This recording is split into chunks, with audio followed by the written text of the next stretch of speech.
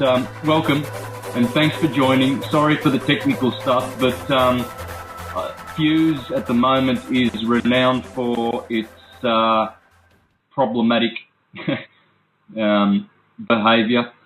I don't think many people are able to dominate Fuse yet. It has got some hiccups, technical problems with it.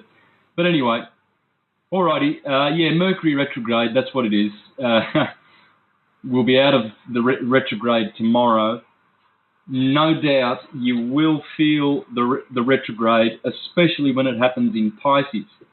Now, if Mercury retrogrades in water, then it retrogrades 3 or 4 times a year, usually 3 times.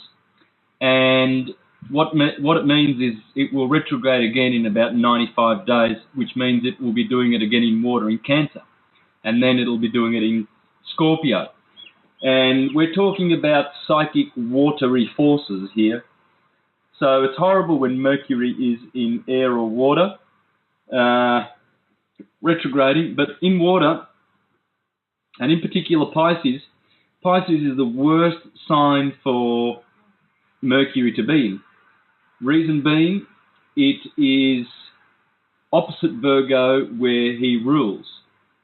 And not only is he in his detriment in Pisces, he is also in his fall. So he loses 9 points. So this is a real bad Mercury retrograde, folks. And you'll be feeling it. And you'll feel it in your body, in all the parts where Mercury rules. Mercury rules the cerebrospinal system along with the moon, and so therefore he's going to cause havoc in your thinking and all of that thinking process. And he also rules the lungs, Gemini, so your breathing will be constricted. Mine is, I have Mercury in Pisces in my natal chart, and that's already bad. The only thing that saves Mercury in my chart is that he's in conjunction, with Jupiter, which saves him and lifts him up out of despair. Jupiter thankfully came to the salvation of my Mercury. And also Mercury is receiving a trine from Mars.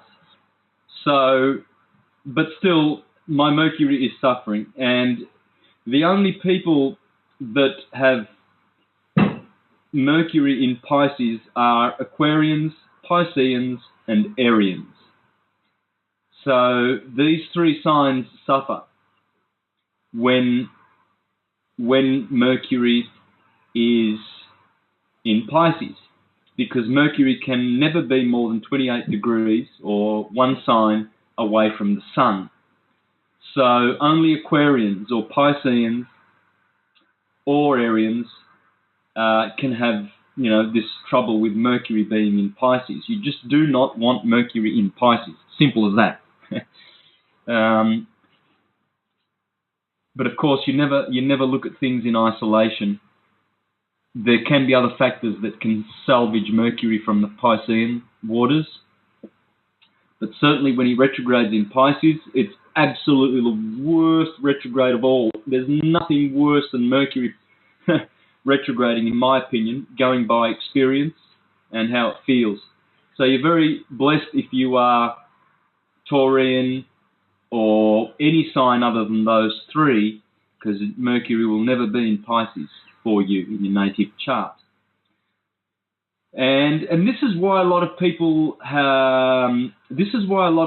find Aquarians, Pisceans, and Arians aggressive when they are aggressive, because of the Pisces factor. You will find that when you come across Aquarians or Pisceans or Arians that are aggressive, just check their charts out and you'll see that they'll have a Mercury retrograde in Pisces, or Mercury will be simply in Pisces.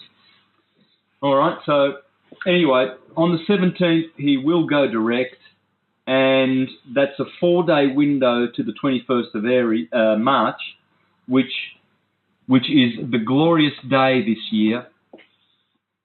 I believe it will be just very, very special on many levels for all of humanity when March the 21st comes.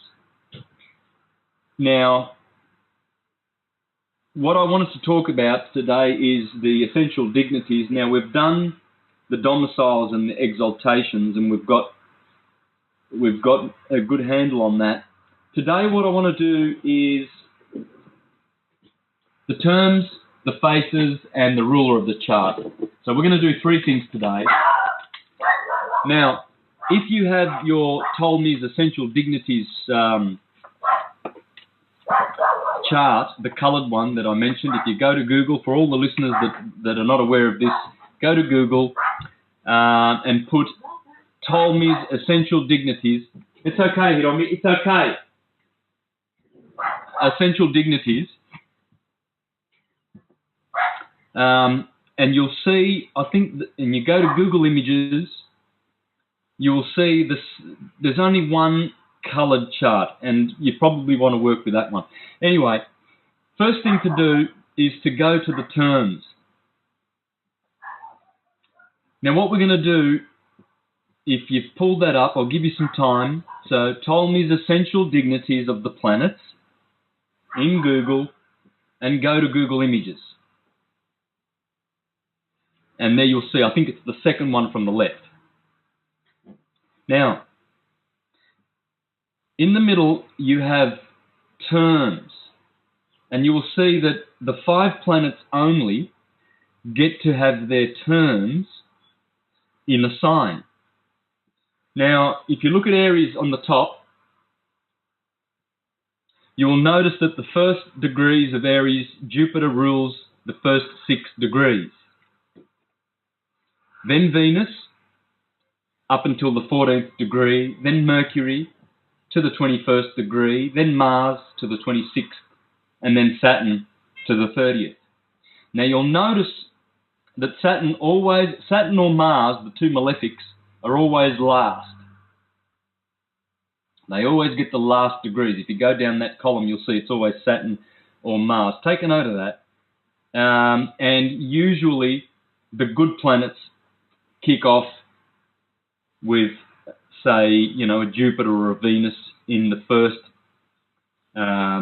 terms. Now, terms will give you 3 points.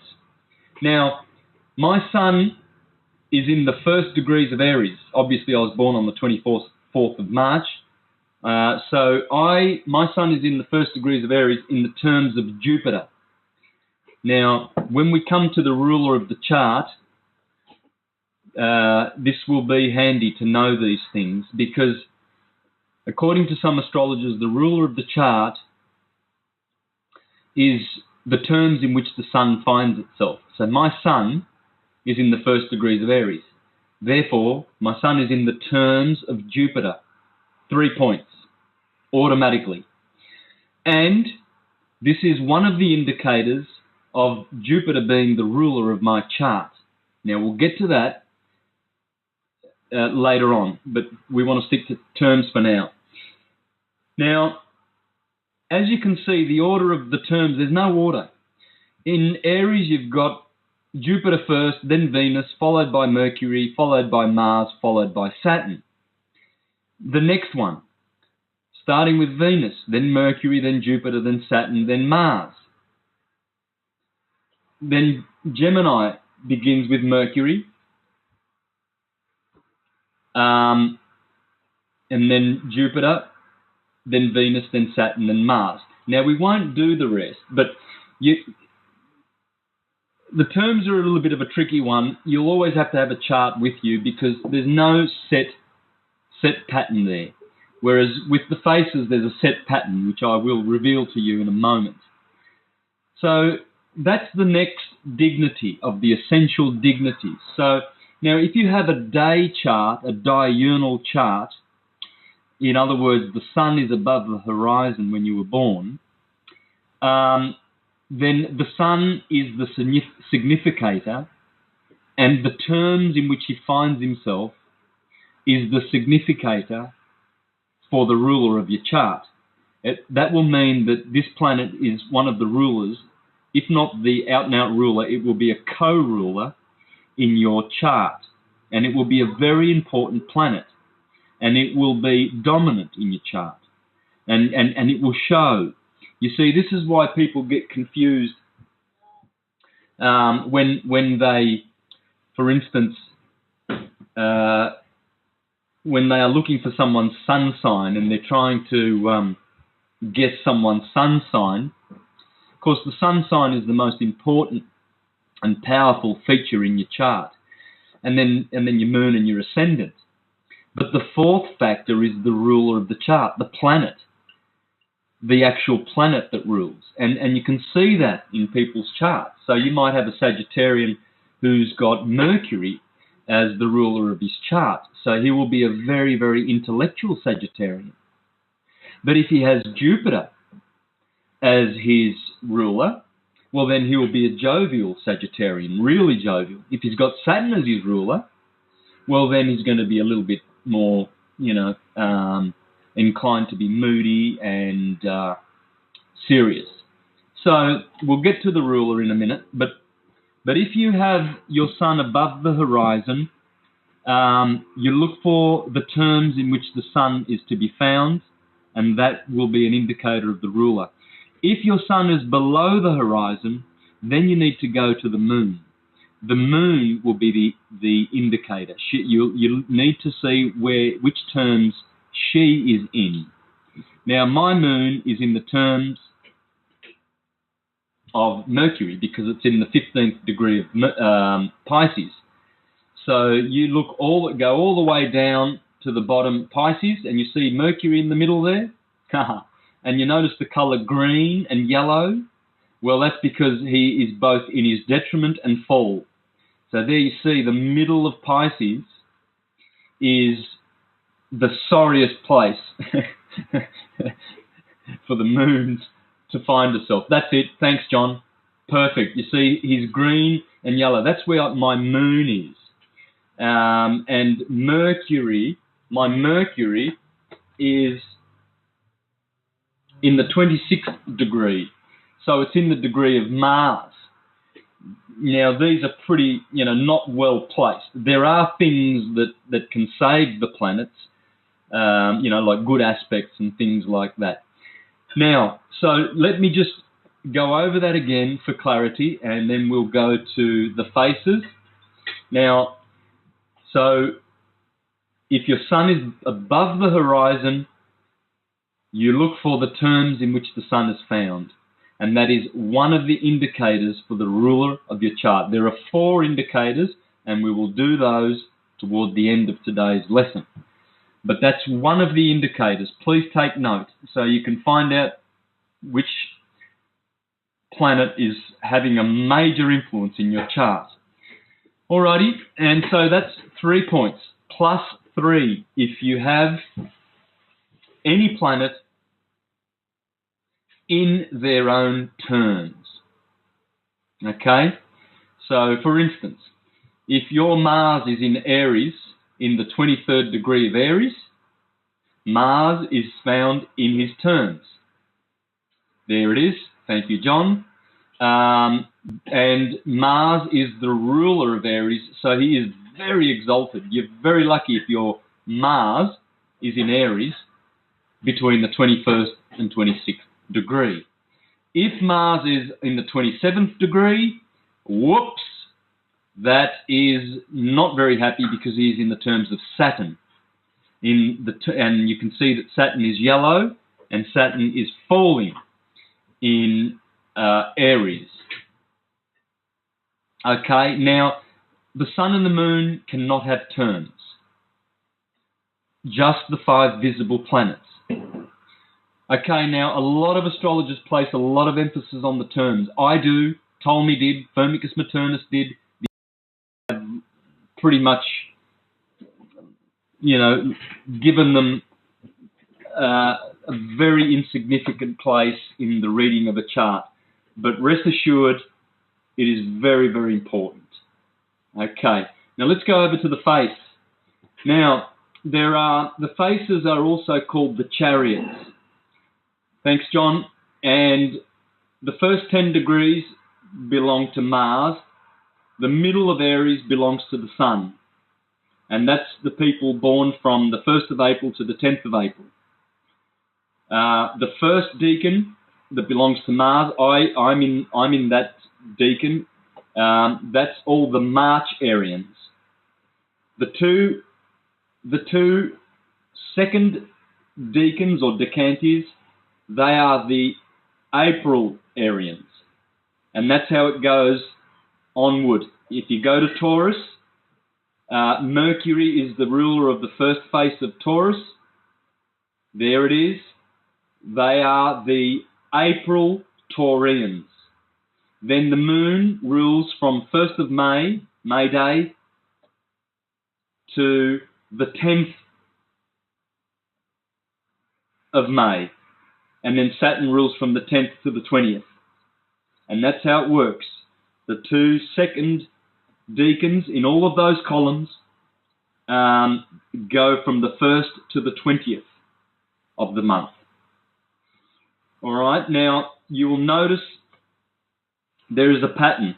Follow along with me. We'll start from Mars in Aries, and we will go straight through, and we'll go to Mars, the last one in Pisces, right down the bottom. And we will see the order. And here it is. So follow with me, John. Mars, Sun, Venus, Mercury, Moon. And now we start a new one. Saturn, right there, that's it. Saturn, Jupiter, Mars, Sun, Venus, Mercury, Moon. Stop. Start again with Saturn. Saturn's on the top. The Moon is always the last orb. Saturn is always the first. So let's start with Saturn in Leo. Saturn, Jupiter, Mars, Sun, Venus, Mercury, Moon. Same order. Next, the middle decan of Libra. Saturn, Jupiter, Mars, Sun, Venus, Mercury, Moon. And then again, Saturn, Jupiter, Mars, Sun, Venus, Mercury, Moon. And then the last one in Pisces is Saturn, Jupiter, and Mars. And so you'll notice that there's only two repeats. The last decan of Pisces, which is Mars, and the first decan of Aries, which is Mars. So they stitch up. So the very, very last part of Pisces, which is the feet of the human being in Mars, stitches up. That's it. Stitches up with the top of the head, Mars in Aries. Now, you will recognize this pattern. I have shown this pattern many, many times in my presentations. Everything in the order of the planets begins with Saturn, because Saturn is the slowest of the orbs, and then ends with the Moon, which is the fastest of the orbs. So I've highlighted this and pointed it out to you so that you can see that the faces have order. There is order, unlike the turns.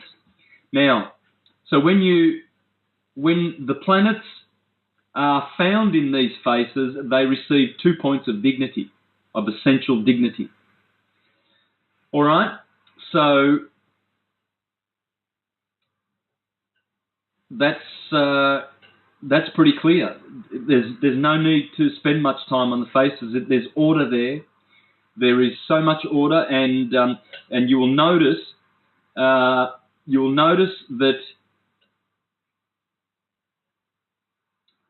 No, well, let's leave that. Okay, let's go to the triplicities now, over to the left. Triplicities also give you 3 points of essential dignities. Okay, so that's another 3 points of essential dignities. And also very, very important to factor in to the chart. Now, what are triplicities? Well, it's this. A triplicity is, the triplicity of fire, for instance, is Aries, Leo, and Sagittarius, because they are the 3 fire signs. The triplicity of water is Cancer, Scorpio, and Pisces. Now, you'll notice that in Aries, the fire sign, the day ruler is the Sun, and the night ruler is Jupiter. So, if your Sun is below the horizon, and Jupiter is found in Aries, you get 3 points of essential dignities. If the Sun is above the horizon and it's found in Aries, as in my case, in a diurnal chart, the Sun receives an extra 3 points. Okay? Now, let's go down to Leo, and you'll notice the same thing. Leo is ruled by the Sun and Jupiter. And then you go down to Sagittarius, and you'll see the same thing, the Sun and Jupiter. So they are the two rulers of the fire element. Interesting, isn't it? You would think that Jupiter would be kicked out of there and Mars would be in there. But no, let's go to water, and we find when we go to Cancer, we see that Mars is the ruler of both day and night. So regardless of where the Sun is, above the horizon or below the horizon, if Mars is in Cancer, 3 points. You score 3 points. Even though Cancer is the detriment of Mars, because Mars exalts in Capricorn, opposite Cancer. So regardless of that, Mars being the word for maritime, marine, water, is the ruler of the water triplicity by day and by night. You go down to Scorpio and you see that Mars again is the ruler of water, and then you go to Pisces and you see that Mars is the ruler. This is the only instance where one planet rules both day and night. Mars is a very powerful water sign. Therefore, there's no other planet, not even the moon, can scrape in there to be a day or a night ruler. It's Mars, and he does not allow any other rulership. He is jealous of water and owns the water. So if your Mars is in any of those signs, you get a good, strong 3 points. Now let's go to the air.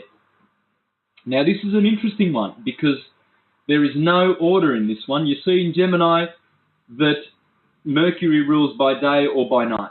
So if Mercury is to be found in Gemini and the Sun is above or below, 3 points.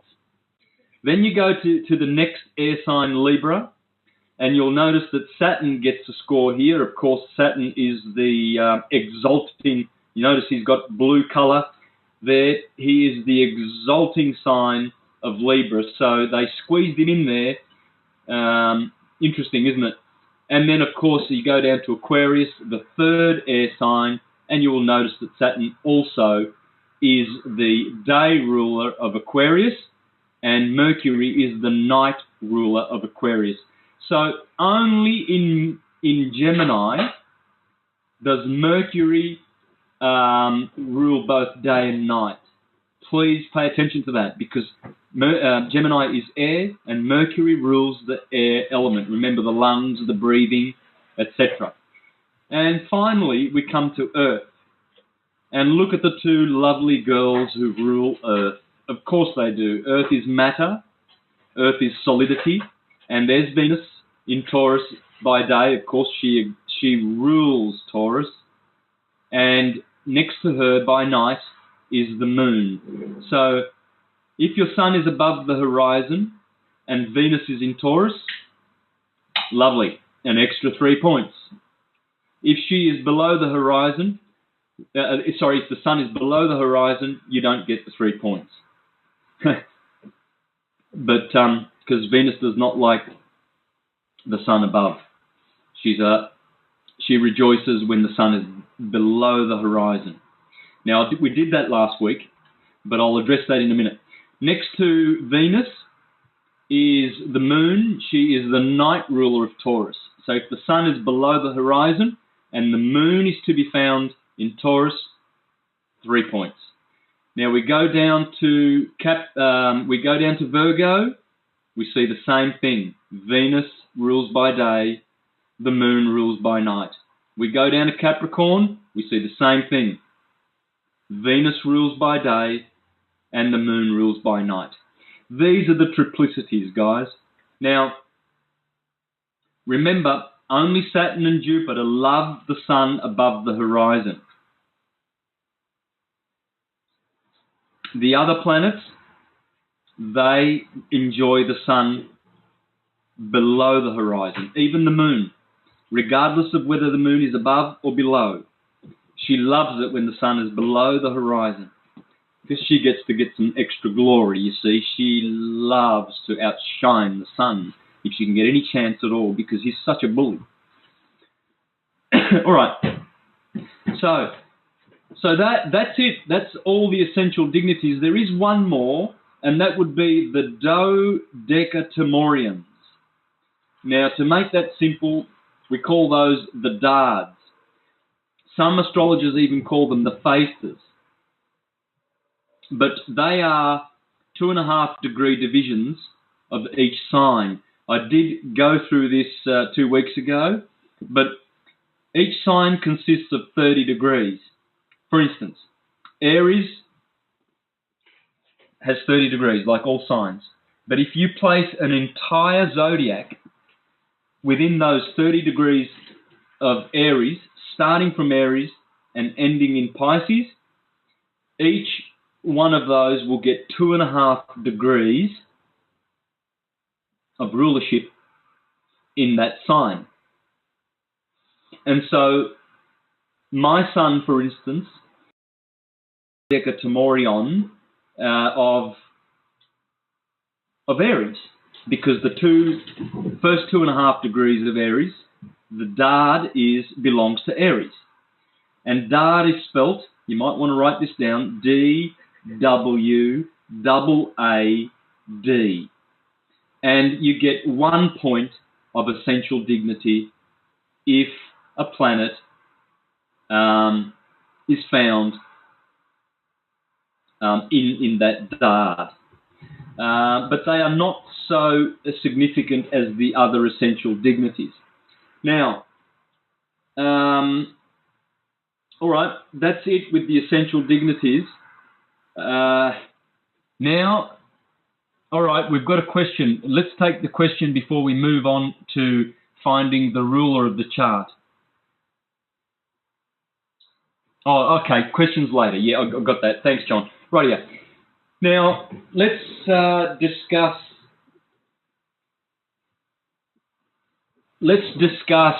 the ruler of the chart. Now, there are four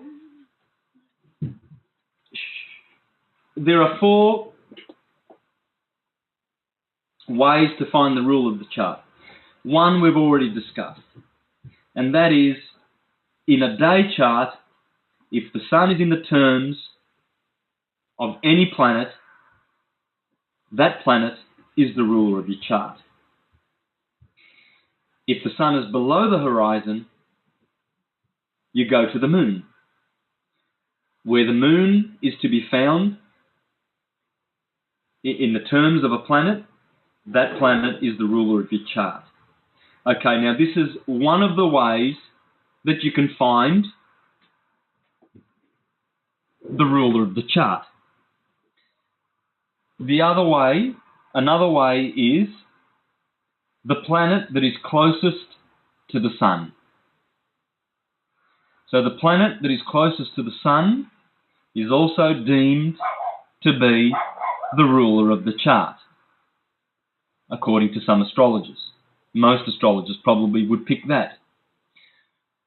Another way to find the ruler of the chart, now you might want to jot these down because this is very important, and you'll find that not one but 2 or 3 turn up in your chart. For instance, in my chart, three of the indicators indicate that Jupiter is the ruler of my chart, and there's no 2 ways about it. You can tell that, sometimes I have a jovial nature, right? I'm pretty happy-go-lucky. But then other times, Mars comes through as a co-ruler, and I'm very martial and aggressive. So, the ruler of the chart doesn't have to be the sole ruler. He can be a co-ruler with another planet. And in my case, I definitely have two, which I will explain in a minute. Now, in my chart, Jupiter is closest to the Sun. And he's very, very well placed. He's the best placed planet, the most dignified planet in my chart. So already I have two indicators that indicate that the ruler of my chart is Jupiter. First of all, the fact that my Sun is in the second degree of Aries, and you will notice that the first 6 degrees of Aries belong to Jupiter.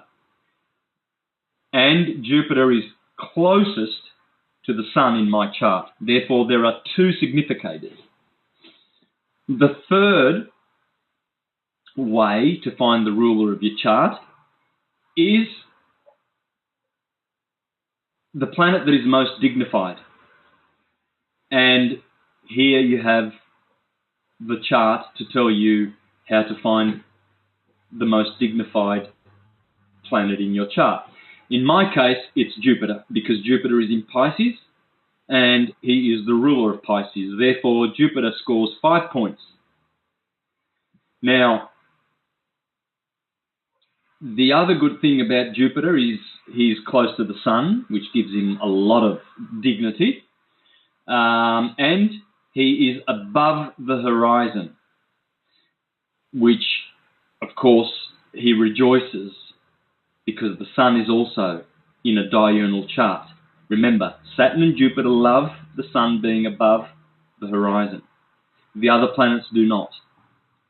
So this really shows, these are 3 indicators that Jupiter is the ruler of my chart. So he would be 75% ruler of my chart, and Mars is 25%. Now, this is the 4th way to find the ruler of your chart. That is, according to Firmicus Maternus, the sign in which the moon is found in your chart, the very next sign, the ruler of that sign, is the ruler of your chart. For instance, my moon, as you well know by now, is in Pisces. Well, the next sign that the moon enters after Pisces, after it exits Pisces, is Aries, and Aries is ruled by Mars. Therefore, according to Firmicus Maternus, who will probably ignore the other indicators, he will say to me that Mars is my ruler. Right, so those are the 4 out-and-out ways of finding the ruler of your chart. Now, there is a 5th way, and that is the ruler of the ascendant. Now, problem with that is this. My ascendant is Leo, and so the ruler of Leo is the Sun. And according to Firmicus Maternus, neither the Sun nor the Moon can be the ruler of the chart, because they are already powerful. They already influence the chart. They're already strong. And in particular, when the Sun is above the horizon, he's excluded. You can argue that. You can say, no, the Sun is your ruler because naturally Leo is your rising sign, therefore it's the Sun. But according to Firmicus Maternus, what you would have to do is you would have to go to the next sign, which is Virgo, to find your ruler. and the ruler of Virgo is Mercury. Now,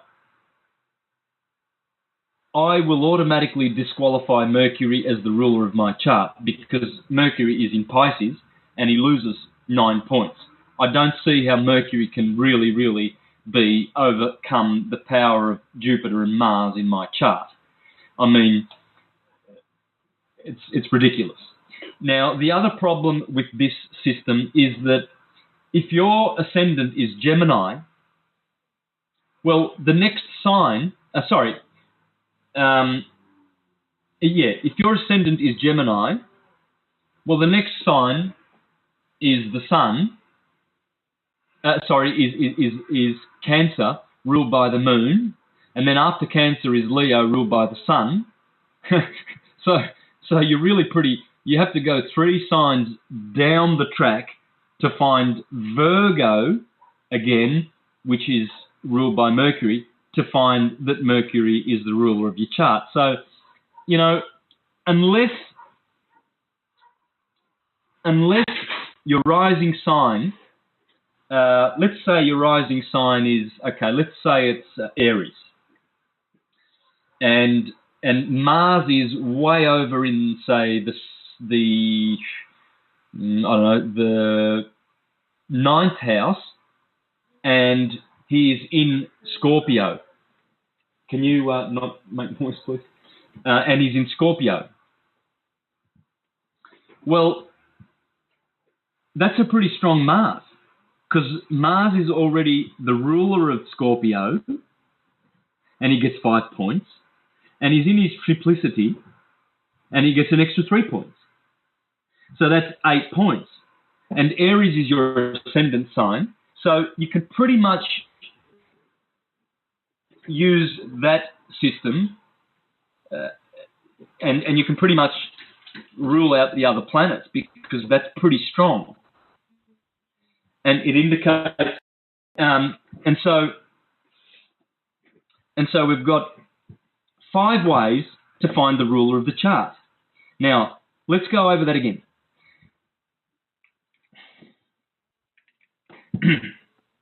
The first one is, according to Firmicus Maternus, the moon. The moon is the indicator. Where your moon is in your chart, let's say you've got a Libra moon. The next sign after Libra is Scorpio. Well, the ruler of Scorpio is Mars. So the ruler of your chart is Mars. Now, that's one way, going by the moon. The second way is the terms. If the sun is above the horizon, look at the terms in which the sun is found. And that would be the ruler of your chart. If the sun is below the horizon, the moon will be the indicator. Look for the terms in which the moon is found. That will be the ruler of your chart. Third, the planet closest to the sun. Fourth, the planet that is most dignified in your chart. And fifth, the ruler of the ascendant sign. Okay, and I hope I've explained myself enough for today. And that's it. That's what I planned to discuss. And we got through that. So we understand the terms now. 3 points for terms. We understand the faces or the chariots. There are 3 decantes for each sign, and their rulers have order. You can see the order, just as the planets are always ordered, from Saturn through Jupiter, Mars, Sun, Venus, Mercury, Moon. That order is consistent. And then we found the rulers of the triplicities, or let's call it the elements. We found that Mars rules water, period, day and night. We found that the Sun and Jupiter are the rulers of the fire element. We found that Venus and the Moon rule Earth. And we found that air is ruled by both Mercury and Saturn. Only in Gemini, Mercury rules both day and night. And we also learnt that we get 3 points from these triplicities. And for an extra point, one can search for the dodecatomorions. Dodeca means, of course, we know the word dodecahedron. Dodeca means 12. So in other words, each sign has 12 smaller signs in them. Each sign has 12 smaller signs in them. And those are also indicators. All right, now I'm pretty much over. I'm finished. So question time, folks. Thank you. Any questions? Hi, Louise, Alex, I've just unmuted you. You have a question?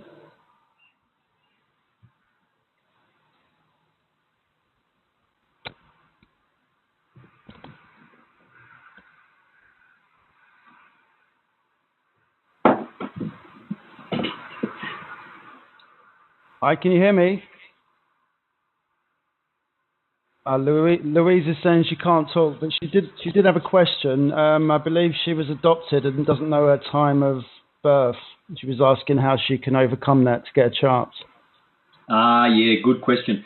You can do it. I know an astrologer here in Melbourne that knows how to do that, but he's not really good with tech.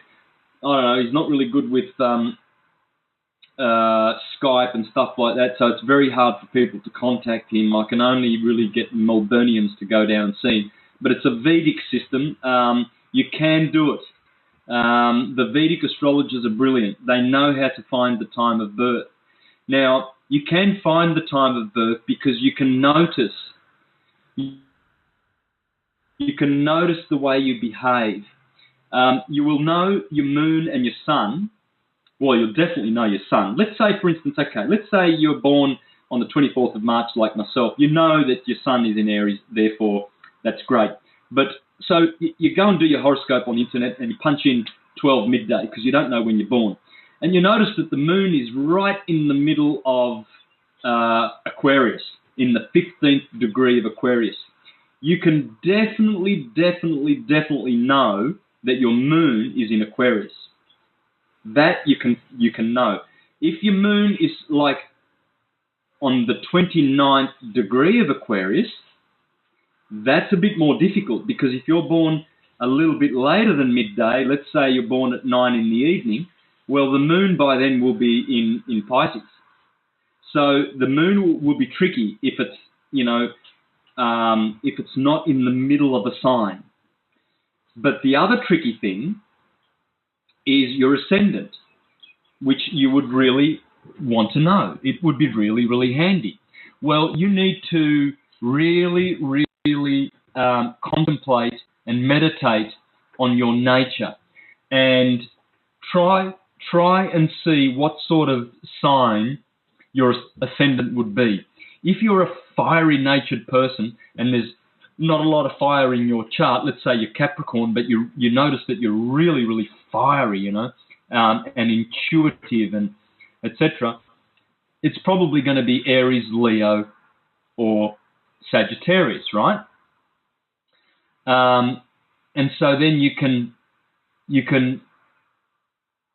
pick a time and line it up so that Aries is on the horizon, on the ascendant, and see if that suits you.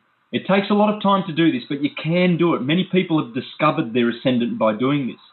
For instance, if you're, if you don't have much Libra in your chart, but you find that you're very balanced and concerned with matters of mind and justice and all the things that Venus and Libra stands for, you can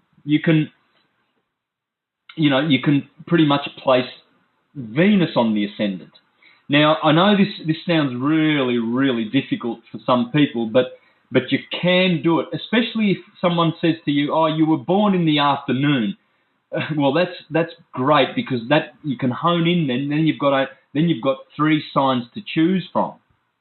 Or if someone says you were born in the morning, well, that's great too because you've only got 3 signs to choose from. But if someone says early hours of the morning, again, no idea whatsoever, well then you may have to forego it, which is not a total disaster because there's a lot of information that you can glean from your chart anyway.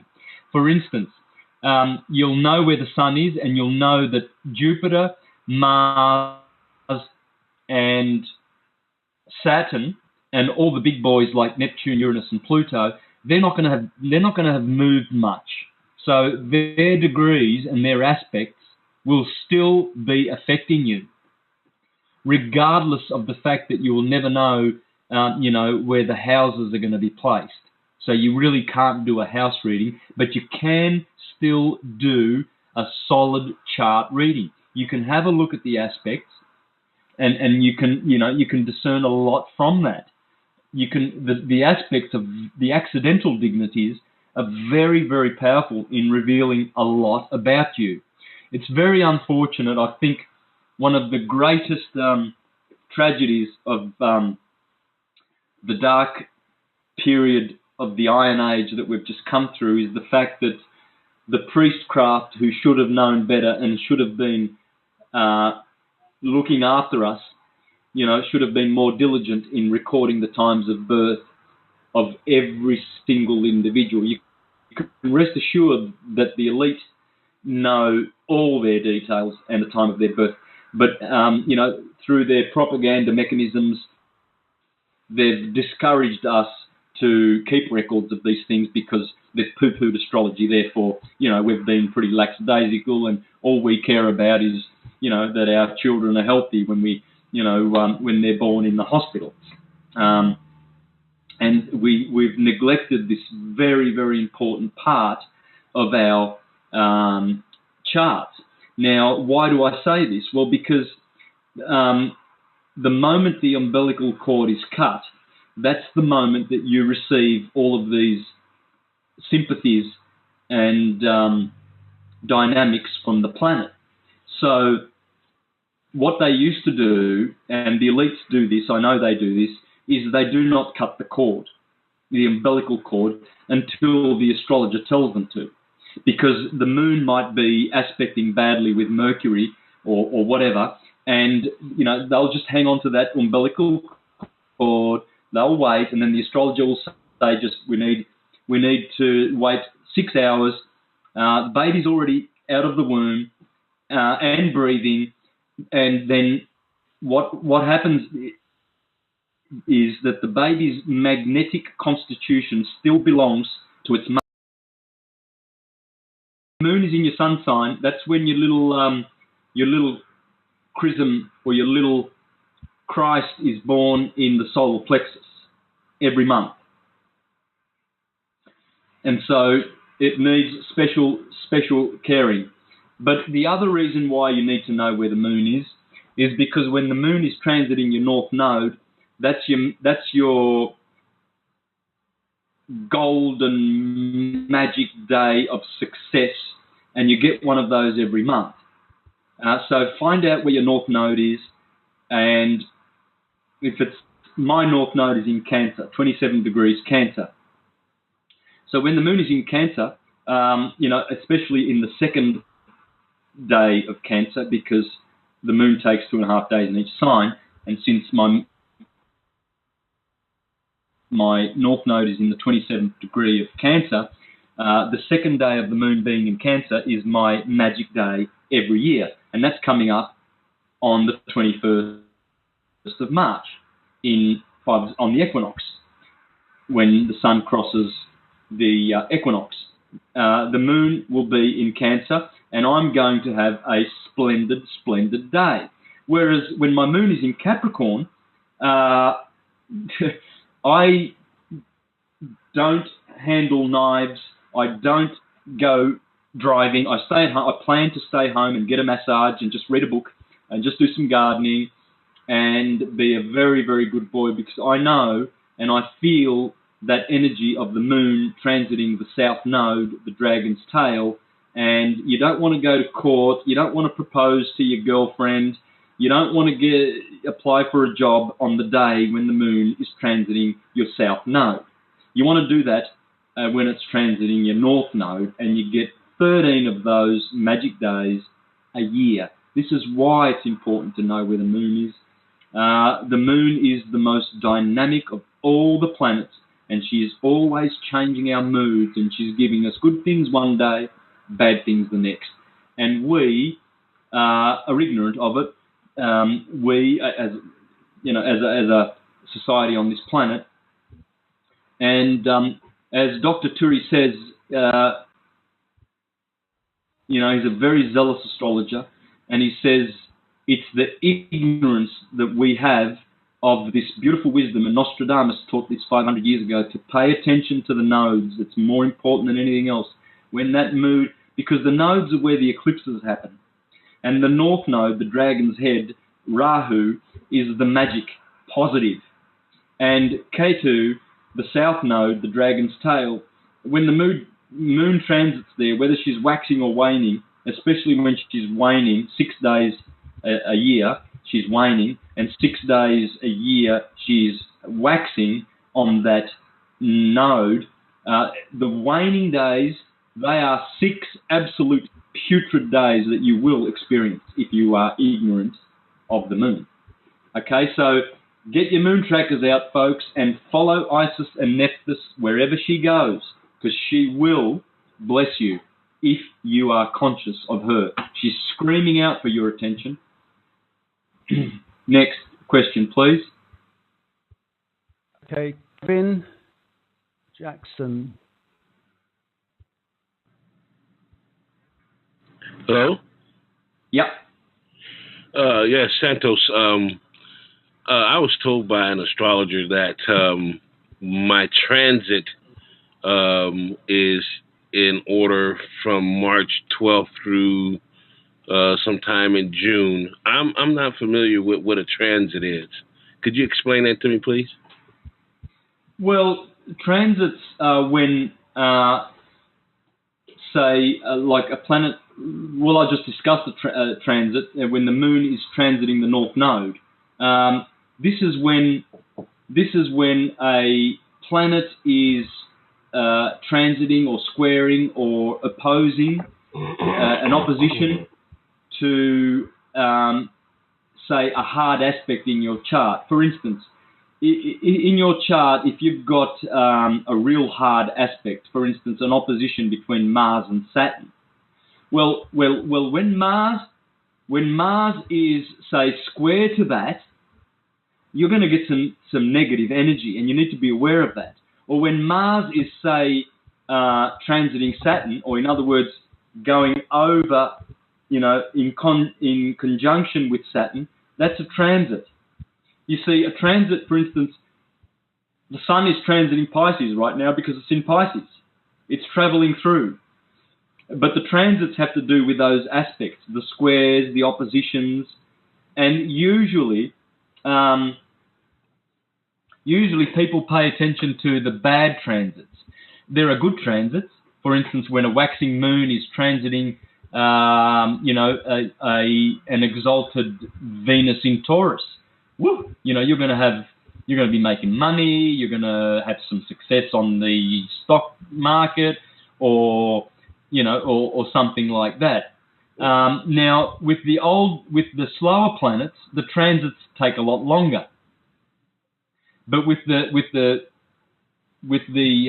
inferior planets, in other words, the ones that are below the Sun, the Moon, Venus, and Mercury, the personal planets, and including Mars, these are really, really fast transits. They transit over the aspects in your chart a lot quicker. But say if you've got Saturn going over your Pluto, and your Pluto is badly aspected in your chart, that's going to be like a month or two of some slow, sluggish, and transformative and serious period in your life. I mean, Saturn and Pluto together. Saturn is a stern teacher and a disciplined taskmaster, transiting in conjunction with with Pluto, and Pluto is transformative and destructive. So it's going to be a long period of perhaps suffering in your life. Now, when you might want to go back through your life and jot down all the periods where you suffered or where you had good times. Jot them down. You might have a diary. For instance, a time when you broke up with your girlfriend and you suffered for 3 months and you were depressed. Go back and have a look, and you will see that there was a malefic transit happening. Okay? Okay. I hope I answered that. Yes, you did. Yeah. All right, I'll give you an example of a transit. My first marriage fell apart in 2000. My first wife was Piscean. And of course, now Hiromi, my second wife, is Sagittarian. And both of those signs are ruled by Jupiter. So I'm always looking for a Jupiterian partner, obviously. I've landed two in my life, and they are the two big relationships that I've ever had. First wife Piscean, second wife Sagittarian, and of course Pisces is in my 7th house, and Jupiter is in my 7th house. So, and Pisces being a bicorporeal sign indicates that I would have 2 wives. And in fact, my chart, all over my chart, there is indicators that I would have more than 1 wife. Now, but the point is, in my chart indicated that I would suffer until Saturn entered Leo. All right, let me read this from Firmicus Maternus and explain what I mean.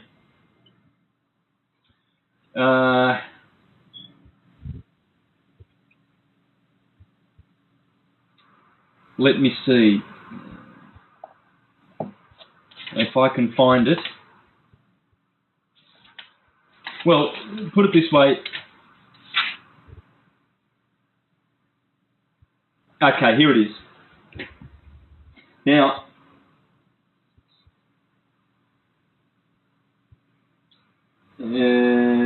no, right. Point is this: because my descendant is in Aquarius, and where Saturn rules, there was a period in my time, in my life, in which I would suffer until Saturn transited Leo, the opposite sign, and that happened in 2006, where I met my wife Hiromi in early period of 2007. So I went back and I did the figures, and I realised that transit was very influential in my life. And as Firmicus Maternus stated, right on cue, I had to wait for my Saturn to be opposite Aquarius for me to then, start afresh and not be suffering from the failure of my first marriage. That's one example anyway. It's not a very good example because I would rather read that from Firmicus Maternus. If I find it, I'll read it out. Okay, next question. And I'm pretty much good now because we've done an hour and a half. Got a question from Martin. Just unmuting. Hello, Santos. Yes. Martin here. I'd like to read my chart. I was born September 11, 1970. Is there any way of putting that up on the screen? It's in the chat. Okay, let's have a go. Let's have a quick go then. But I won't be able to share it though. What? I won't. I have no means of sharing that with people. Oh, it's okay. Yeah, but I'd rather show people what I'm doing. I wonder whether you guys can do it. Can you do that, John? Not today because we don't have the. I can only upload things before the show starts, not during. Yeah, okay. Where's the information in the chat? I can't see it. Is that February 10, 31, 1978? No, it's September the 11th, 1970. Okay, hang on a minute. Sorry, because I can't see it. September the 11th. I'll just quickly have a look. 1970? That's it, yeah. Yes, Time? yes. Time? Between two. You chopped off. Hello? Right, I think he's got. He put between 2 and 3 o'clock in the morning, a.m. Okay, and place? Cebu City, C-E-B-U, Philippines. I don't have anything. What's the? Is there another city nearest to there? He just put Cebu City, C-E-B-U. Okay. What's another city in the Philippines that's large enough? I forget the name of the city.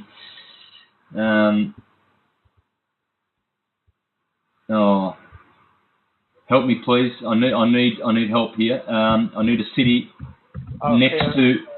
S-E-B-U. Yeah, I know. I've put that in. There's no Cebu. That's the thing. Cebu does not come up in this. Manila. Manila. That's it. Yeah. Thanks, Chris. Manila.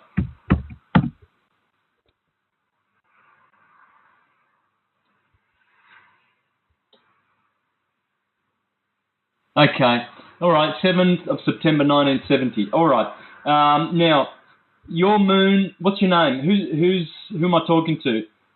Right. It was Martin, but he appears to have dropped off. Okay. Oh well, then there's no use doing the chart. But anyway, Martin's got a moon in Capricorn, North Node in 2nd degree of Pisces. That's about the most important information that you can have for now, because knowing that your moon is in Capricorn means that Saturn is the ruler of your chart, because the next sign from Capricorn is Aquarius, and Aquarius is ruled by Saturn. All right? So Saturn is the ruler, and your North Node is in the 2nd degree of Pisces. So hang on, grab that moon tracker and take note of Pisces every month, and take note of Capricorn also. And let's see what else I can tell you about the chart. You're very, very Virgoan. 5 planets in Virgo. Quite powerful there. Mercury is in Virgo, which means you get 5 points from that. And exaltations, there's not many exaltations. There's not many domiciles except for Mercury in Virgo. Yeah. Okay. That's that. I'll do one more question. Okay, Lawson, you're on. You've got a question? Hello, Lawson. Oh. Right, they're saying no microphone. We'll have to try somebody else.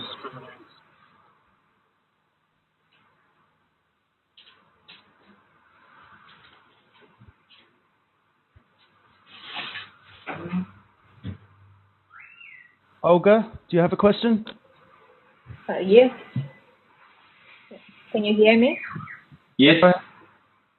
Yes. I don't know if I can ask about my horoscope. Yes, please. Yes, that's fine. I was born on 18th of January, 1972. Okay, hang on.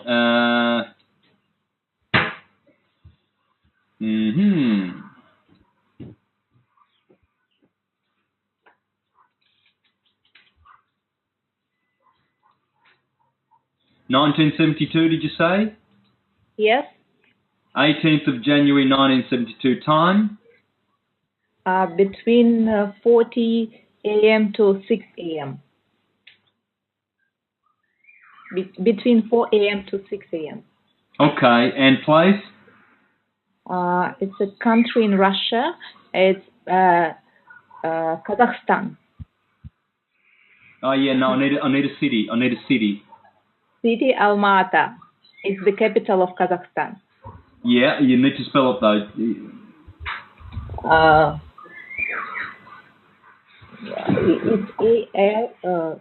I'm not sure. I did it. Okay. I don't know. I'm not sure in English.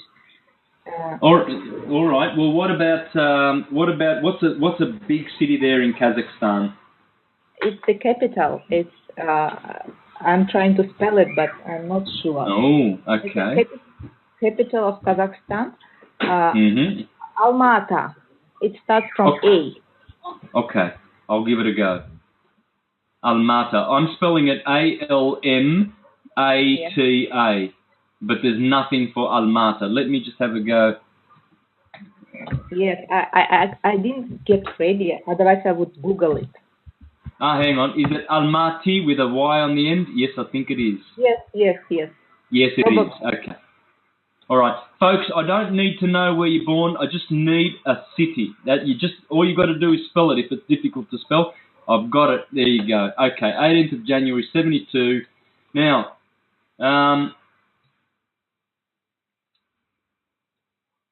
okay, Moon in Aquarius. So that's and also your North Node is in Aquarius. So this is really good. It's really good. Your North Node is in the 5th degree of Aquarius. So that's where your good days are going to happen every month. And your bad days will be when the Moon is in Leo. That's where your South Node is. Okay, you have a beautiful Jupiter in Sagittarius. 5 points, beautiful. You have Venus in Pisces, that's an exaltation, that's 4 points. You have Mars in Aries, that's another 5 points. You have, this is rocking and rolling, this chart. You've got 3 very, very strong planets. That's beautiful. And it's a very, very well-aspected chart. You have a grand trine in your chart, which is a great blessing. Your Sun is trining with Saturn, which is trining with Pluto. So those 3 planets, Pluto, Sun, and Saturn, are making a grand trine. You also have 2 T-squares. This is very, very strong chart. There's a lot of strong energy. There's a lot of dynamics in your chart. You're certainly not sluggish in energy. You shouldn't be unless Saturn is in a bad place. I need the exact time for that. But this is all about energy and action and dynamics, this chart, certainly. And you've got some beautiful placements of planets here. Congratulations for picking these stars. And also, Mercury is in the terms of Mercury in Capricorn, so you get an extra 3 points. You've learnt about the terms tonight. As I said before, Jupiter in Sagittarius, 5 points. Venus in Pisces, 4 points. Mars in Aries, 5 points. Mercury in his terms in Capricorn, 3 points. Now, Venus in Pisces, nope. Sagittarius, I'm looking for more terms. Sagittarius is in the 26th degree of, Jupiter is in the 26th degree of Sagittarius, those terms belong to Mars. No extra points for Jupiter. Saturn is in the 29th degree of Taurus. No extra points because those terms belong to Mars. But hey, you've got 4 beautifully placed planets there, sister. Congratulations. Yeah, thank you very much. Yeah. Can I ask a question about points? I got late for the seminar. What does it mean, points? Points. Well, these are points of dignity. The most points you can get for a very, very well-placed planet is 5 points. And that means that a planet has to be in his domicile, in his house, where he loves. So, for instance, you've got Jupiter in Sagittarius. Now, obviously, if you were born in the early hours of the morning, which you say between, 2 and 6, that means your chart is nocturnal. You have a nocturnal chart. So, so Jupiter is really, really happy in Sagittarius. No two ways about that. And he's also let me see if he's the night ruler of Sagittarius. Yes, he is. So Jupiter is in a nocturnal chart ruling Sagittarius. So he not only gets 5 points for domicile, he also gets an extra 3 points for being in his triplicity because he is the night ruler of fire. He is the night ruler of Sagittarius.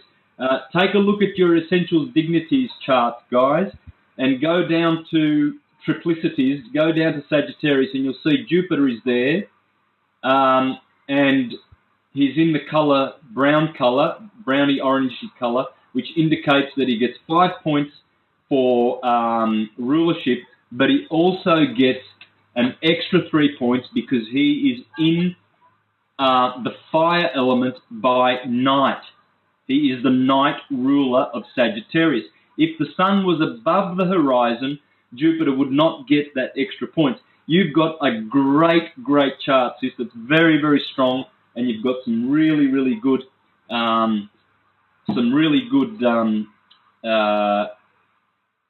dignities here. And you also have one of the best astrologers that planet Earth has ever had, Al-Biruni, which is one of my favorite astrologers, comes from Kazakhstan. Yeah, 10th century astrologer. All right, guys. Do you have time for one more question? Oh, yeah. Adonis, you're on. Oh, hello. Can you hear me? Yep. Okay. Santos, I would like to ask also for my horoscope if you're still available. All right, let's do a quickie, and this will definitely be the last, guys, because I'm recovering from. Now, if you're on my Facebook page, you know I post. Yeah. Spread the word. In fact, what I'll do is I'll drop the link for the Teflon. Now, I really got knocked out, guys. I had a meal. I don't eat a lot of fried food. I don't eat cooked food at all a lot, and definitely not fried. But I was seduced by my favourite Italian dish called peperonata, and boy, I tell you what, I really regret it, folks, because my moon was, when it happened, my moon was just on its south node. Mercury was retrograding, and I got knocked out. Let me tell you, when you read this article, in the third paragraph, you'll see that DuPont, their legal out, or their disclaimer, like when you buy a packet of cigarettes, they tell you, smoking causes cancer, which is basically it's just a legal out, so you can't sue them. Well, DuPont, the manufacturer of non-stick Teflon kitchen utensils, exactly. They've told us already. They've said you will get flu symptoms, but they are reversible. Yeah, the bastards. They tell you you'll get flu symptoms which are reversible. What a crock of shit. No flu symptoms are reversible. It's detrimental, period. Now when you fry things in oil, which is really bad, double bad. I'm glad I'm a vegan and a raw foodist mostly. When you do that, you poison yourself with fluoride. It releases fluoride, folks. Fluoride poisons your system. I'm still scratching my body from itching. Last night I had itching all over my body. I lost about 4 hours sleep. Now, so spread the word. Okay, Adonis, please give me your details quick. Okay. I was born on the 22nd of April, 1960.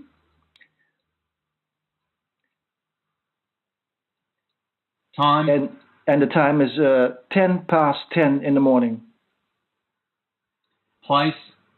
Aruba, in the Caribbean. Spelling? A-R-U-B? B-A. In the Netherlands? Yes. Oh, the Antilles, yeah? Yeah, the Netherlands Antilles, of course. Okay, Netherlands Antilles. Let's go. So, you got Moon in Pisces like me. Okay, you've got... Oh, beautiful. Saturn, well aspected in the 7th house in Capricorn, 5 points. Let's see, Mars in the 15th degree of Pisces. We're looking for, you can do this with me, folks. Mars in the 15th degree of Pisces is in the terms of who? Mercury. Moon in the 23rd degree of Pisces is in the terms of Mars. Mercury in the 9th degree of Aries, beautiful. Mercury in Aries is well aspected. He's in... No, he's not. He's in the terms of Venus. Dang. Venus in the 16th degree of Aries. She's in the terms of Mercury. Sun in the 2nd degree of Taurus. I'm just looking for essential dignities. Yes. None there. Saturn in the 18th degree of Capricorn. Jupiter, okay, all right. Not much in essential dignities except for Saturn in Capricorn. That's beautiful. Your North Node is in Virgo in the 24th degree. So if you click on that moon tracker, which I will do right now, I'll tell you when your good day is. You can do that yourself. So click on the moon tracker. And your moon, your North Node is in the 24th degree of Virgo.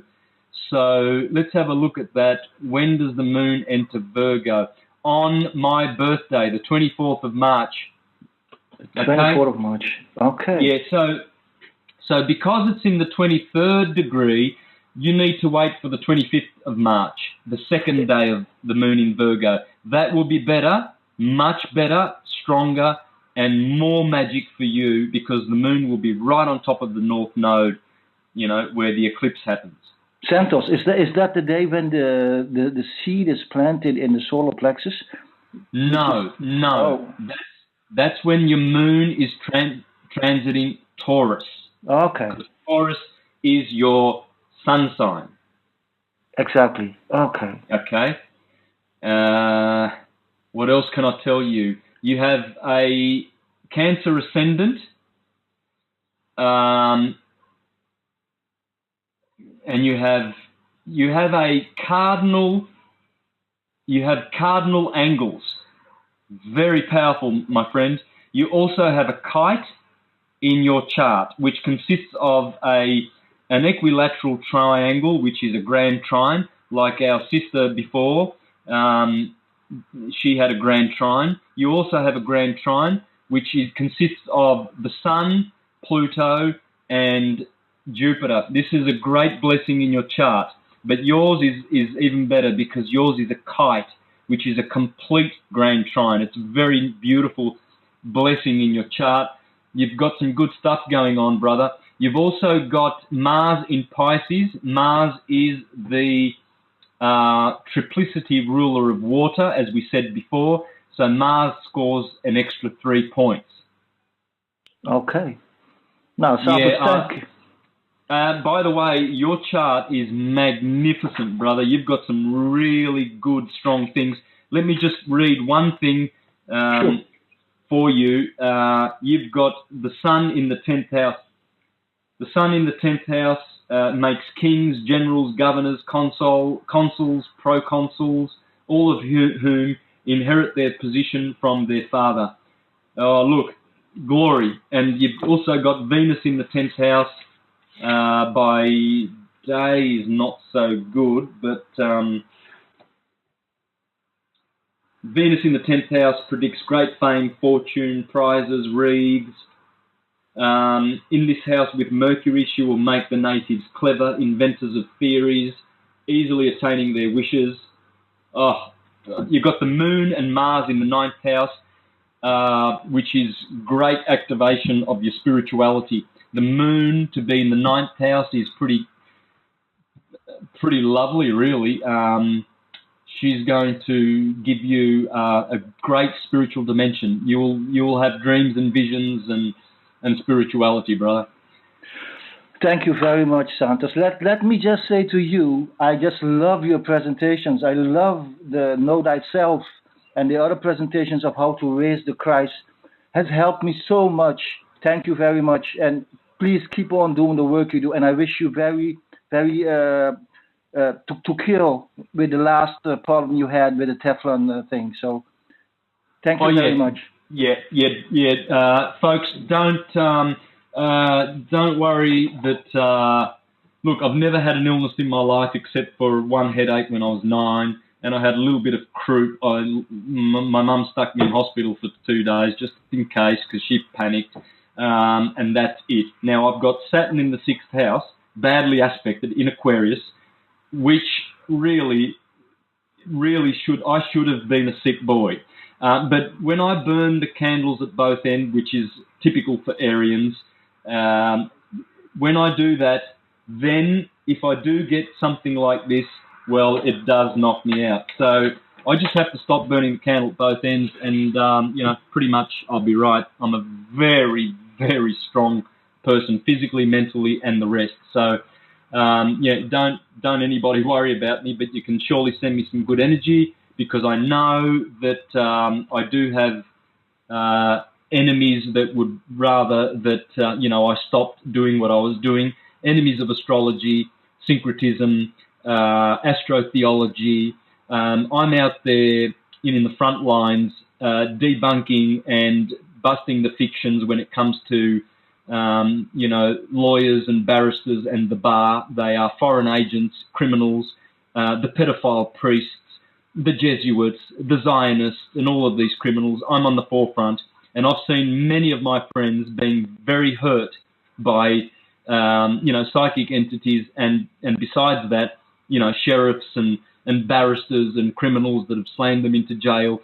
Dean Clifford, Kate of Gaia, and recently today, Tammy Pepperman lost her house. If you go to Blog Talk Radio, you'll see that Tammy, one of the greatest sovereigns on the planet, absolutely a genius and a goddess, and one of our best supporters and friends that we could possibly have. They came with sheriffs and clubs and guns and batons, typical thugs that do this, that remove people from their homes in America because they get a pay packet. Now, I'm in the forefront, and I know it's very dangerous living, and people just send me good vibes. I love you all, and I will, in the next few weeks, I'm going to post on Facebook an article that I'm writing to show my celestial credentials for the work that I'm doing, so that you can rest assured that what you see is what you get, and that I was destined to be a syncretist and an astrologer and a worshipper of the gods and a teacher of light. And I will share that. Stay tuned for that, because I'm going to offer my credentials. I don't have, degrees and honours and certificates and diplomas that I can point to on my wall. Those are just empty pieces of paper for me. I've got the stars that declare, and I will reveal my chart, and I will reveal that I'm doing what I was destined to do, and my calling is exactly what I'm doing. And so rest assured that I'm not going away, folks. A bit of fluoride's not going to worry me, and no enemy. If they want to come and get me, I'll die standing on my feet, not on my knees. All right, folks, we'll catch you the next week. I will endeavour to give a solid hour every week, and even when I go to Ecuador in May to do the documentary, I'm hoping to be able to continue this because I really do want to train good people like yourselves to learn this science and spread the word and bring back light to this planet. Okay? So that's what I'm here for. Thanks, folks, one and all. Thanks, Jeremiah and John. Absolutely precious. You're welcome, Santos. Yeah. Take care, everybody. Catch you soon. Have a great day. Bye-bye. Bye. Thanks for coming, everyone, today. Sorry about all the glitches. We will get these sorted out, and hopefully we'll have video next week, but at least we got to hear lots of information from Santos today. Nothing more to say. Have a great day, everyone. Thanks a lot. Much love.